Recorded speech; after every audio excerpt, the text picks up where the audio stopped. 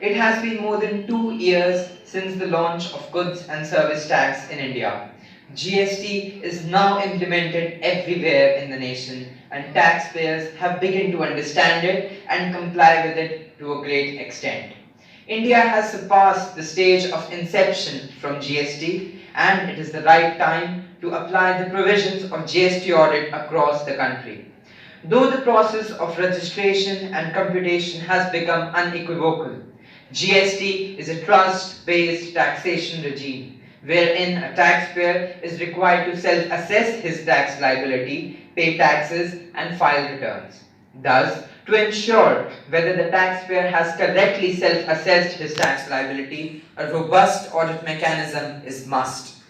With over 1.14 crores of registered business in India, including those opting for composition scheme, almost 80 lakh GSTR 3B returns and 20 lakh GSTR 1 returns were filed for April 2019, and more than 10 crore e-way bills were generated in the month of March and April alone. There is an extreme need for GST audit.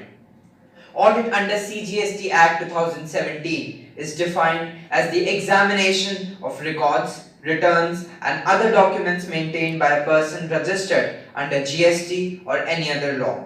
It is carried out for verifying the correctness of the declared turnover, paid taxes, claimed refunds and availed input tax credit, and for assessing the dealer's compliance to GST's provisions and rules. Audit engagement in case of GST includes the same provisions as statutory audit of preparation of engagement letter and communication with previous auditor.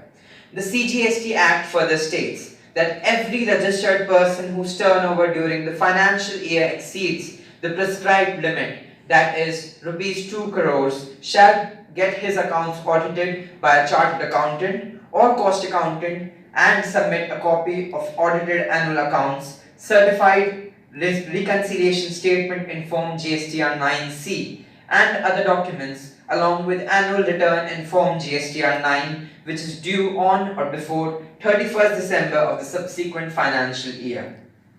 The compliances further include only a chartered accountant or a cost accountant can perform a GST audit. An internal auditor cannot parallelly be appointed as a GST auditor. GST practitioner cannot be appointed to perform an audit, and the total aggregate turnover of all the branches of entity with multiple branches is considered while calculating the threshold limit of rupees 2 crores. A proprietor, partner or board of directors in case of company should appoint GST auditors at the beginning of the financial year. However, GST audit does not exist without some challenges. The first and the foremost challenge faced by the auditors exists in the primary forms of GST, that is 9 and 9C. Provision has been made for depositing any tax liability that arise after audit in Form 9C. But if there is excess credit in the taxpayer's account, the same cannot be utilized. This is not only extremely harsh and inequitable provision, but speak of the council's mindset to collect revenue by unfair means. In GSTR 9C, provision has been made for auditors to verify the tax rate of goods sold by the taxpayers. Talking practically, how will the auditors understand the chemistry of goods and decide what goods have been sold? How will they decide tax rate? For understanding this, they need to study the items and give proper recommendation. This will not only take a huge amount of time, but it is also an Herculean task to complete. Also, is there a guarantee that the auditor's interpretation will be correct? In the first year of GST's implementation, multiple audits under indirect tax laws, VAT audits were required to be carried out for the first quarter and GST audit for the next 3 quarters. The implementation was not seen by the auditors as advantageous, but only how upsetting and tiresome